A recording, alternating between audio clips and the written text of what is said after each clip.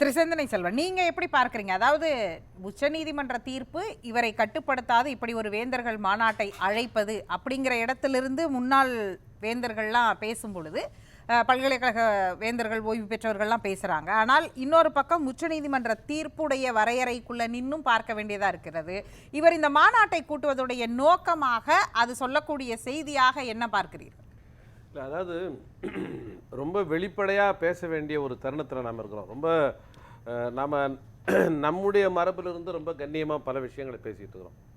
ரொம்ப வெளிப்படையாக பேச வேண்டிய ஒரு தேவையும் அந்த தருணமும் வந்திருக்குன்னு நான் நினைக்கிறேன். முதல்ல அண்ணனுக்கு என்னுடைய நன்றியை சொல்ல விரும்புகிறேன். வலதுசாரி ஆதரவாளர்னு போட்டுட்டு அண்ணன் இந்த கோட் ஷூட்லாம் போட்டால் எனக்கு கொஞ்சம் அச்சமாக தான் இருந்துச்சு. ஆனால் தொடங்கும் போதே நான் வந்து ஜெய் ஸ்ரீராம்லாம் சொல்ல மாட்டேன், என்னுடைய தமிழ் கடவுள் முருகன் கிட்ட இருந்து ஆரம்பிக்கிறேன்னு அவர் சொன்னார் பாருங்க. அதுதான் அவருடைய தனித்தன்மை, அதுதான் தமிழ் மண்ணுடைய தனித்தன்மை. இன்னைக்கு தான் அவர் பேனல்ல இருக்கீங்களா? பல வருஷமா சொல்லிட்டு இருக்காரு. தமிழ் மண்ணுடைய தனித்தன்மை அந்த என்னன்னா, நீ ஒரு நம்ம எல்லாரும் பேசிட்டு இருக்கும்போது ஒரு விஷயம் சொன்னால், ஒரு டைம் ஃப்ரேம் எப்படி வைக்கல, அதனால் அவர் எக்ஸ்டெண்ட் பண்ணிட்டார். அது அல்ல. இன்னைக்கு அரசமைப்பு சாசனத்தை மாற்றிவிட வேண்டும், தங்களது சனாதன கொள்கைக்கு ஏற்ற வகையில் இந்த அரசமைப்பு சாசனத்தை தூக்கி கடாச்சிட்டு இதனுடைய பன்மைத்தன்மைங்கிற ஸ்பிரிட்டை ஒழிச்சிட்டு இவங்களுடைய ஒற்றை கலாச்சாரத்துக்கு ஏற்ற மாதிரியான ஒரு அரசமைப்பு சாசனத்தை உருவாக்கணும்னு நினைக்கிறாங்க. அது முடியாத அந்த இடைக்காலத்தில் அவங்க என்ன செய்வாங்க அப்படின்னா, அந்த இன்டர்பிரிட்டேஷன், வார்த்தைகளுக்கு வந்து ஒரு அர்த்தம் கற்பிக்கிறது இருக்குல்ல, அதில் தான் வந்து அரசமைப்பு சாசனத்தினுடைய விழுமியத்துக்கு நேர் எதிர் திசையில் அதை வந்து அதை செய்வாங்க அப்படிங்கிறது தான் நாம் ஒரு 10 ஆண்டு காலமாக பேசி என்ன மாதிரி இன்டர்பிரேட் பண்ணுறாங்கன்னு பார்க்குறேன். இப்போ உங்கள் எல்லாருடைய கைகளுமே இந்த இன்னைக்கு அரசியல் சாசனம் இதெல்லாமே நம்ம கைகளுக்கு இருந்துச்சு. ஆர்டிகல் 200 அதான் இன்றைக்கி ரொம்ப மிகப்பெரிய அளவில் பேசப்படுது. இதில் டைம் ஃப்ரேம் இல்லைன்னு நம்ம சொல்கிறதே ரொம்ப ஆச்சரியமாக இருக்குது. இதில் provided that the governor may as soon as possible அப்படிங்கிற வார்த்தை இருக்குது. இப்போ வந்து ஒரு தொண்டையில் வந்து விக்கிச்சு, அம்மா தண்ணி கொண்டு வா அப்படின்னு சொல்கிறேன். அம்மா 7:17 தண்ணி கொண்டு வாமான்னு நான் என்னுடைய மகள்கிட்ட சொல்ல முடியாது. அம்மா தண்ணி கொண்டு வான்னு சொல்கிறேன். ஆனால் உட்காந்துட்டு என்னுடைய உயிர் அடங்கின பிறகு அவங்க வந்து டைம் ஃப்ரேம்லாம் சொல்லலை அப்படின்னு ஒருத்தவங்களால சொல்ல முடியுதுன்னா அவர்கள் வந்து என்ன நோக்கத்தோடு வந்து அதை சொல்கிறாங்க. இல்லை, முற்று முழுவதுமாக அரசமைப்பு சாசனத்தை விழுமியத்துக்கு எதிரான ஒரு அராஜகமான செயல். ஆஸ் சூன் அஸ் பாசிபிள்ங்கிற வார்த்தைக்கு நீங்கள் வந்து எப்படிங்க வந்து இந்த மாதிரியான வியாக்கியானம் சொல்ல முடியும்? இதுதான் இவங்களுடைய ஸ்ட்ராட்டஜி நம்பர் 1. ரெண்டாவது, கலோனியல் வேல்யூஸ் எல்லாம் எதிர்த்து பேசக்கூடிய ஒரு புரட்சிகர அணுகுமுறை வந்து இன்றைக்கி மோடிஜி கிட்ட இருந்துலாம் இருக்குது. அவங்களுடைய முக்கியமான அஜெண்டாவில் ஒரு 4-5 அஜெண்டா வைக்கிறாங்க. அதில் வந்து அந்த கலோனியல் வேல்யூ எல்லாம் மாற்றிட்டு இன்றைக்கி நம்ம வந்து ஒரு இந்தியாவினுடைய அந்த மரபு சார்ந்த விழுமியங்களை முன்வைக்கணும்னு சொல்கிறாங்க. இப்போ வந்து கவர்னர் அப்படிங்கிறது வந்து என்ன மாதிரியான வேல்யூ அப்படிங்கிறது அவங்க புரிஞ்சுக்கணும். சென்னையில் ஒரு ராஜ்பவன், அதே மாதிரி ஒரு 200-250 வந்து ஊட்டியில் ஒரு மாளிகைனா, இது வெள்ளைக்காரன் வந்து அவனால் வந்து இந்த வெப்பத்தில் இப்போ இதெல்லாம் நீங்கள் பயன்படுத்திக்கிறீங்க. இது தருகிற எல்லா சுகத்தையும் நீங்கள் பயன்படுத்திக்கிறீங்க. இதுதான் உங்ககிட்ட இருக்கிற அணுகுமுறை.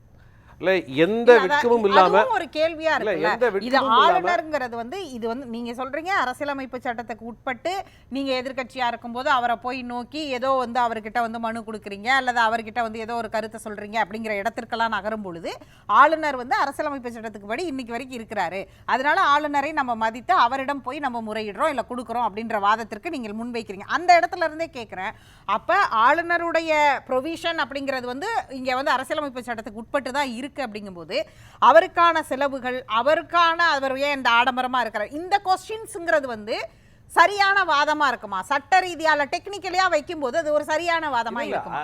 யார் இதையெல்லாம் மறுத்து பேசுகிறார்களோ, இந்த மாதிரி கலோனியல் வேல்யூஸ்க்கெல்லாம் நாங்கள் எதிராக நிற்கிறோம் அப்படின்னு சொல்கிறவங்க, அந்த கலோனியல் வேல்யூஸ் கொடுக்கக்கூடிய சுகங்களை வந்து ஓடி தேடி போய் அனுபவிக்கிற விஷயம் இருக்குல்ல, அது கான்ட்ரவர்சியாக இருக்குன்னு நான் சொல்ல வரேன். மரியாதைக்குரிய நம்முடைய ஒரு பாலச்சந்திர சார் ரொம்ப அழகாக சொன்னார். இது வந்து இந்த கான்ஸ்டியூஷனில் நீங்கள் வந்து இந்தியா என்கிற ஒரு நாடு இருந்துச்சா இல்லையாங்கிற கேள்விக்கு கான்ஸ்டியூஷனுடைய பிரியாம்பிள் ரொம்ப தெளிவான ஒரு விடையை சொல்லுது. நான் ஆங்கிலத்தில் புலமை பெற்றவர் இல்லை, அண்ணன்மார்கள் புலமை பெற்றவர்களாக இருப்பாங்க. Solemnly we shall resolve to constitute India.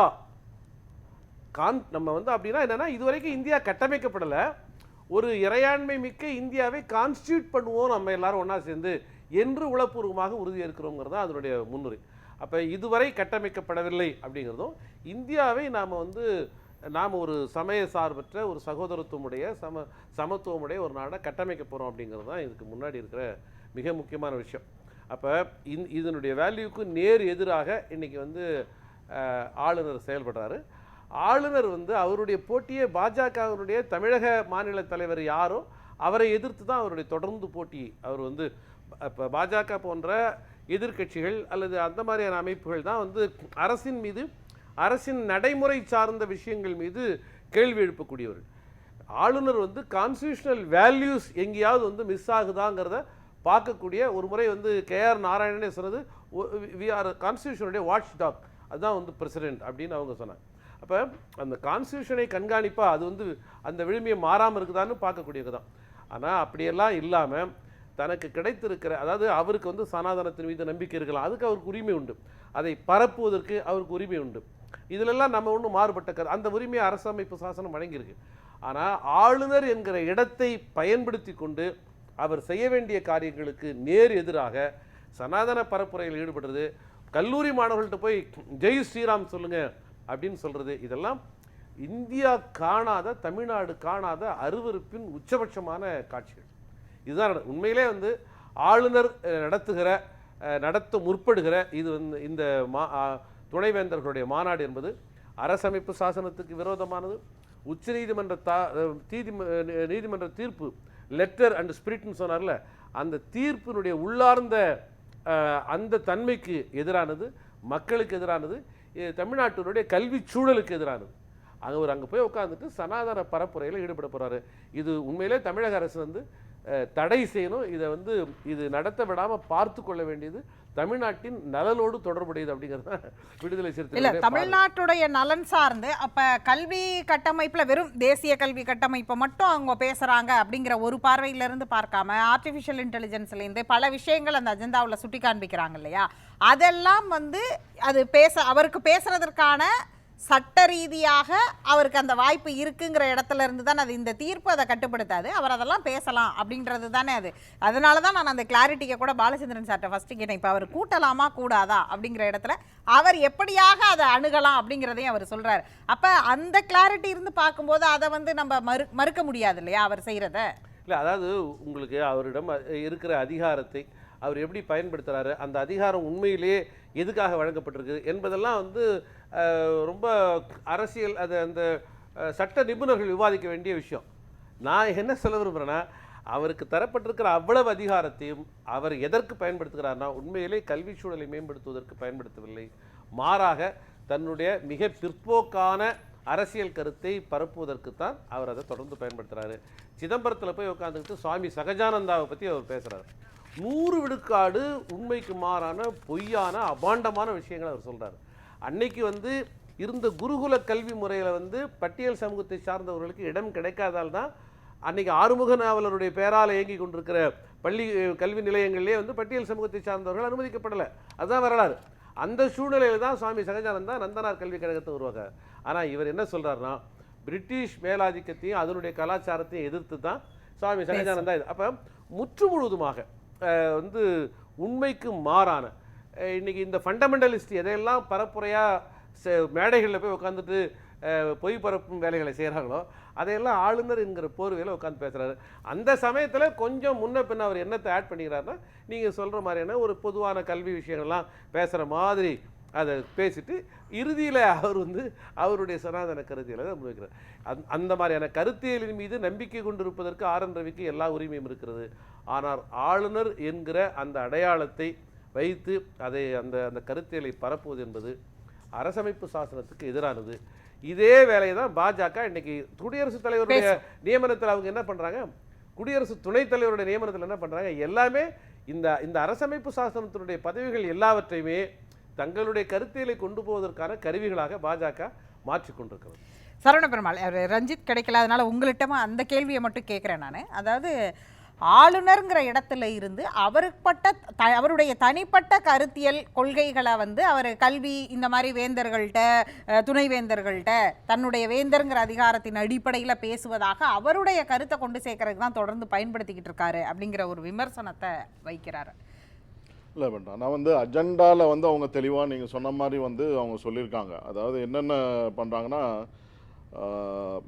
தலை சிறந்த அகாடமிஷியன்ஸு, கவர்மெண்ட்டில் எக்ஸ் பீப்புளு, இண்டஸ்ட்ரி பாடியிலேருந்து பீப்புளை கூப்பிட்ருக்காங்க இந்த கூட்டத்துக்கு, 2 நாள் கருத்தரங்குக்கு. இதில் வந்து என்னென்ன டாபிக் டிஸ்கஸ் பண்ண போகிறோம்: national credit framework, academic collaborations, use of artificial intelligence, learning outcomes, financial management in educational institutions, research excellence and promoting entrepreneurship. இந்த மாதிரி வரிசையா ஐபி, இன்டெலெக்சுவல் ப்ராப்பர்ட்டி ரைட்ஸ், இதெல்லாம் பற்றி தான் டிஸ்கஸ் பண்ண போகிறதா சொல்லியிருக்காங்க. அதனால இதில் வந்து எனக்கு என்னமோ அங்கே போய் சனாதனத்தை பேசுவார் அப்படின்ற எனக்கு வந்து அது சரியாக படலை. பட் ஆனால் வந்து அங்கே வந்து நீங்கள் சொல்லியிருக்கலாம், ஜெய் ஸ்ரீராம் சொல்லியிருக்கலாம் சார். அதாவது அந்த இடத்தை பொறுத்து அவர் சொல்லியிருப்பாரு. அதாவது ஒரு கல்வி கூடத்துல போய் அங்க போய் ஜெய் ஸ்ரீராம் சொல்ல முடியாது பேசுறதுங்கிறது சரியா? அது அவர் வந்து அரசியலமைப்பு சட்டம் கான்ஸ்டிடியூஷன் ஹெட்டா பேசுறது சரியாங்கிற விமர்சனத்தை தான் அவங்க வைக்கிறாங்க. அவர் தனிப்பட்ட நபரா நானும் ஏத்துக்கிறேன். கரெக்ட். அந்த அதாவது நீங்க சொன்னது வந்து நான் எப்படி பாக்குறேன்னா, அந்த கால ஏப்ரல் 6ஆம் தேதி வந்து ராமனுடைய நவமி அப்படின்றதுனால அவர் அதை சொல்லியிருக்கலாம். அதே மாதிரி வள்ளலார் இடத்துல போய் அங்க வந்து ஜெய் ஸ்ரீராம் சொல்லலையே.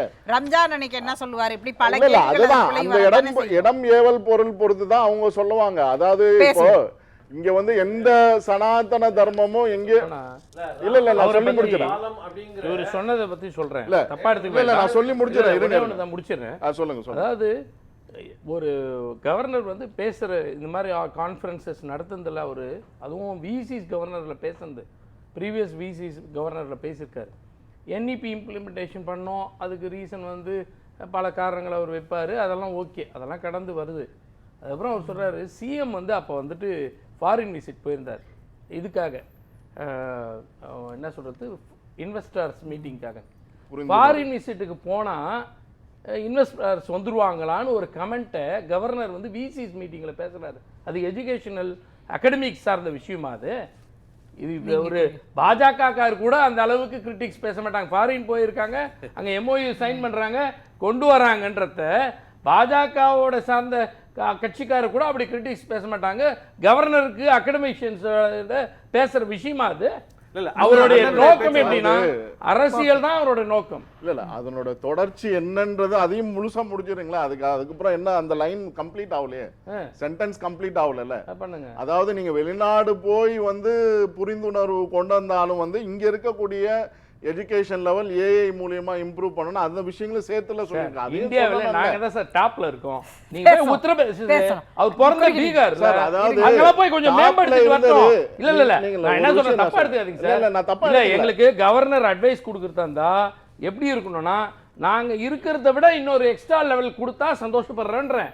நாங்க இருக்கிற லெவல்ல விட கீழ இருக்கிற இடத்துல எங்களுக்கு நீங்க அட்வைஸ் கொடுத்து நல்லா இல்ல. ஒரே பாயிண்ட் மட்டும் அவருக்கும் உங்ககிட்ட தான் வச்சாரு, அதுக்கு நீங்க சேர்த்து சொல்லுங்க. அண்ணனுடைய நேரத்தை எடுத்துக்கல. அண்ணா வந்து இந்த ராமநவமி அப்படிங்கிறது, ராமருடைய பேரால தான் அங்க வந்து அவர் கட்டின ஒரு பெரிய பாலம் இருக்குதுன்னு ஒரு மித்தை வச்சு தான் அங்க வரக்கூடிய மிகப்பெரிய ப்ராஜெக்டை வந்து பாஜக வந்து திமுகவுக்கு எதிராக கொண்டு போய் நிறுத்துச்சு. அதனால இங்க தமிழ் சூழல்ல நீங்க வந்து இந்த இன்னைக்கு நீங்க இங்க பேசக்கூடிய இந்த முருகன் வட இந்தியாவில் போய் இன்னும் இவங்க பேசப்படுறதில்ல. முருக கடவுளுடைய அடையாளங்களை வட இந்தியாவினுடைய எந்த விழாவிலையும் இவங்க சொல்ல போகிறதில்ல. ராமர் என்கிற அடையாளம் அவங்கள பொறுத்த வரைக்கும் ஒரு அரசியல் அடையாளமாக அவங்க பயன்படுத்துகிறாங்க. அதாவது இப்போ இங்கே வந்து பார்த்தீங்கன்னா, நான் ஒரு டேட்டாவை தான் எடுத்திருக்கேன். இங்கே வந்து கண்ணூர் யூனிவர்சிட்டி ஆக்ட் 1996 வந்து and was quashed to reappointment of Gopinath Ravindran, vice chancellor of Kannur. இதில் வந்து எஸ்சி, இதே சுப்ரீம் கோர்ட் தான் என்ன சொல்ல, governors acting as chancellors ruling and key judicial precedents. Governors cannot merely be a rubber stamp, an action taken elsewhere or simply endorse to ratify someone else decision அப்படின்றதான் சொல்றாங்க. அதாவது இங்க வந்து என்ன சொல்றாங்கன்னா, கவர்னர் வந்து சான்சலராக இருக்கும்போது aid and advice of the ministers அப்படின்றது ஏற்றுக்க முடியாது அப்படின்றது தான் இந்த ஜட்ஜ்மெண்ட்லேயே வந்திருக்கு. இது வந்து 96 வந்து கண்ணூர் யூனிவர்சிட்டியினுடைய இதில் வந்து வந்திருக்கு. ஆகையினால இது வந்து சுப்ரீம் கோர்ட்டினுடைய ஜட்ஜ்மெண்ட்ஸ் வந்து ஒவ்வொரு நிலையிலும் மாறுபடுது. பேசலாம்.